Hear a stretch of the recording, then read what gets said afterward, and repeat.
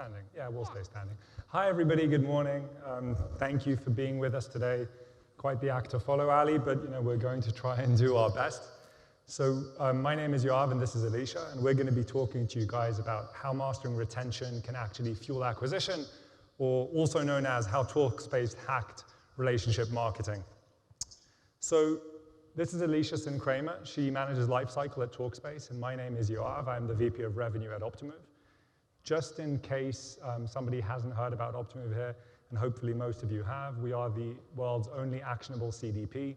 CDP is a customer data platform, and we work with about 350 of the world's best brands. So companies, of course, like Talkspace, but Stitch Fix and Adorama, John Hardy, Mack Weldon, Staples, Family Dollar, Dollar Shave Club, other companies with the word dollar in them, but a lot of really, really fantastic brands. And what we do with kind of all of these people is a lot of fundamental things, helping them access their data, helping them orchestrate smarter, more engaged campaigns with their audiences, being able to better measure that and being able to optimize on that consistently.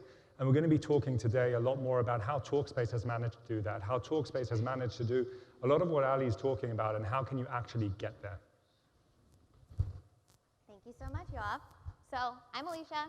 I manage the lifecycle at Talkspace along with everything else that comes with it, product, integration. We all know how startups work. So if you don't know what Talkspace is an online mental health app. You can talk to a therapist, you can text them, you can send them video messages, picture messages, audio messages. It's really reshaping the way that we talk with our therapists. Not only that, we try and destigmatize it. So it's not just, oh, everybody in New York has a therapist. It's also, why not people in Alabama? Why not people out in other countries? We make that accessible and private and secure all in one place. So, working at Talkspace. Talkspace has the goal as like every other company, revenue. We need to find a way to bring good to the world while still being able to sustain ourselves. As marketers, we all have the same goals, bringing in the bottom line and getting it up. Ultimately, we do that by retaining, by acquiring users, and we have all of this data. Particularly in healthcare, data is very important. It has to be very secure. We have to follow all these regulations. So how do we do it here? And I'm really excited to dig in and explain how we do that. Of course, everybody in here probably knows all the challenges. First, you have all this data. It's everywhere. It's shared between your CRM, between your data scientists, between your research, between marketing. It's everywhere. But even when you're able to put that all together and you're able to send it out, you're sending it out down complex journeys. Why? Because we want to be personalized. I mean, I think that's the ultimate goal, is you want to bring the right message at the right time to the right people through these complex journeys. And even when you get it down these complex journeys, your messages are getting lost. Did you know that every single day, 370 billion emails are getting sent out? That's insane. So how do you even get past that? Well, when you are getting past that, you need to be able to track it. You need to be able to go back to your bosses and say, hey, I sent out an email, or I sent out a push notification, or I sent out a direct mail. I want to be able to show them that this is the amount that it's brought in. It's brought in this many subscribers. It's brought in this amount of incremental revenue. You need to go back and show that. So to talk a little bit about the foundations, if we look at any brand out there, every brand is trying to send the right message to the right person at the right time. Everybody is trying to give people the right experience. But I'm willing to bet that if most of you opened up your Gmail and you looked at that promotions tab, I don't think that those hundreds of promotional emails that you got today were very targeted at you guys. And why? There are great marketers out there with great product. But we think that if you're not able to master these 7 kind of core tenets of good CRM, you're never going to have good relationships with your customers. And the first one is access to data. So Elisha mentioned, in Talkspace's case, it's even more sensitive because it's health data. But being able to give marketers easy and non-technical access to data is crucial. If your marketing team cannot access every single data point, cannot get to every piece of insight about your own customers, without having to be reliant on IT or data science or knowing how to write SQL queries, I'm seeing nodding heads, which is a really good thing, then you're in trouble. Having access to data is crucial. Building on that is segmentation. And I think that segmentation, most simply put, is grouping together customers which are similar and behave similarly. And segmentation is a core piece of this, understanding what types of customers exist, who are they, why do they behave the way that they do, and that leads us into the question of prediction. So I think people think about predictive analytics as a crystal ball that's going to give you an answer to all of the questions about your customers. But we actually think that predictive analytics is much more about giving you more questions about your customers. The idea of predictive analytics is to help you understand what you should expect and what kind of behavior you should be trying to change. And how do you know if you've managed to change it? By experimenting. So we believe that fundamentally, marketing is the art of experimentation. It's the art of trying and being very, very rigorous and making sure that every single interaction with a customer is a scientific experiment which can be measured. And measurement is huge because marketing in far too many brands today is still being measured in clicks, in opens, in impressions, in revenue per email, revenue per click. Those are not the interesting metrics. You want to understand how every engagement with your customer has changed their behavior or not changed their behavior. You need to understand the uplift, you need to understand the incrementality, and you need to be able to do that consistently. Measurement. The last two pieces then are orchestration. How do I keep this all in one place? How do I deal with a situation where I'm communicating with my customers in more and more channels? We just heard Ali talk about the fact that they engage with their customers on the channels that they want to engage with. How do you keep all of those things in order? How do you properly orchestrate? And finally, and maybe most importantly, how do you optimize? How do you keep getting better and better? These are the 7 key things, and Elisha is going to talk to us a little bit about how Talkspace have done so. Thanks, Yoav. So right, especially being in healthcare, there's a lot of data that is sensitive, and we can't just use that data willy-nilly. You know, we have to really keep it inside and be able to use it in a smart way. So what do? We ended up creating our own independent attributes related to our business.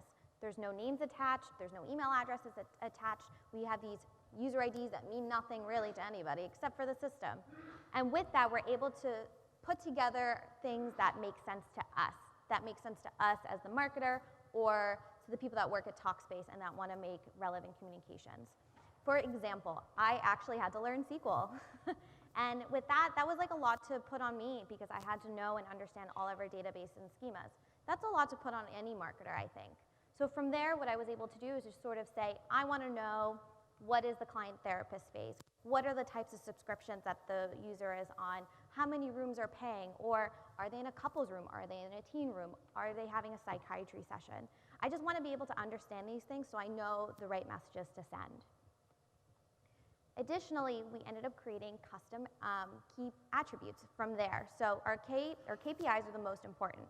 So with our KPIs, of course, bottom line, revenue, subscriptions, people who go from subscribing to not renewing, those are all really interesting on a business side. But what's also really interesting is understanding the customer happiness scale. And the way we do that is we look at the number of messages that they're sending or how are they communicating with their therapist. So from there, we're able to know when we send out a campaign, are they sending more messages to their therapist? That is sort of an indicator. We've been able to put a lot of machine learning into this and tell us, yes, when you send campaigns related to XYZ, the number of messages will go up. That means they're more engaged with their therapist. That means they're making progress in their therapy. And that's ultimately our goal. It's not just bringing users in, it's keeping them in and also keeping them in and making progress. So from there, what's really, we jump into the fun stuff. You have the data, you have your KPIs. Now what do? You have the data that's out there and you send really cool content. I mean, that's my fun part of my job. I get to say, let's try and put all these great blog posts together. Let's come up with a gamification of trying to get progress. There's like so many different ways to do it. And with that, we've just sort of put together all of these different campaigns to all of these target groups and kind of sent it out in the wild. And what happened? What was really interesting is that we sent out a campaign to anybody that was interested in Talkspace. And the biggest learning from here is understanding the source that they came from. I didn't realize, and it wasn't until I was able to get the data back, that if you signed up for the Talkspace app, it was completely different from signing up from Talkspace on the web. Why? Because on the app, there's very limited amounts of information. You have the app, you sign in, you create an account, you chat with the matching therapist, and that's it.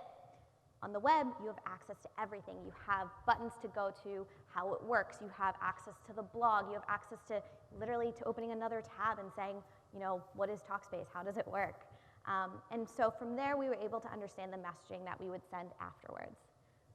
Big news flash here, guys. Everybody actually cares about FAQs. It's like super weird, but people want to know how this product works, how much does it cost, what is billing like. It is all these like fundamental questions that people want to know, and companies are often afraid to just put it out in the open. So I'm going to send it in an email, and they're so thankful. And we ended up being able to bring in over $10,000 just by switching the email communications. So talking about money, it's really great as a marketer to come back and say to my managers, to the business, guess what? We ran a campaign, it brought in X amount of dollars. Cool, that's really great. And I think what's really fantastic about that is that we've been having a hard time as marketers being able to do this attribution. It's either last touch attribution or these oddly weighted multi-touch attribution models. Everybody's going to try and sell you that this attribution model is the best model, and we all know that that's not the case. I'm not even saying that this is the best attribution model, but at this point, this is something that I'm able to take and show back to everyone and say, we should do more messaging types like this because people are responding to this. They're either responding by purchasing more, they're either responding by messaging their therapist more, or they're responding by decreasing our churn rate. And I think that's the most important piece, particularly with our subscription business. So we brought them in. Great. We're also now need to focus on the retention aspect of it. And these are the basic things that we've all learned in Marketing 101. What do customers want to hear? When do they want to hear it? And who are these people? So we do use a lot of optimization for that. A lot of it is sort of just sending things out into the wild, but also has to do with tracking. And from that tracking, you need to make action based off of that. So I think this is a really important piece that we've learned at Talkspace is that, in a subscription business, you don't want to wake the sleeping bear. You don't want to email users or communicate with users that are already paying for your service or product and don't want to hear from them. You don't want to remind them that they're still paying for this subscription. You just want them to use a subscription in the way that will help make their lives better.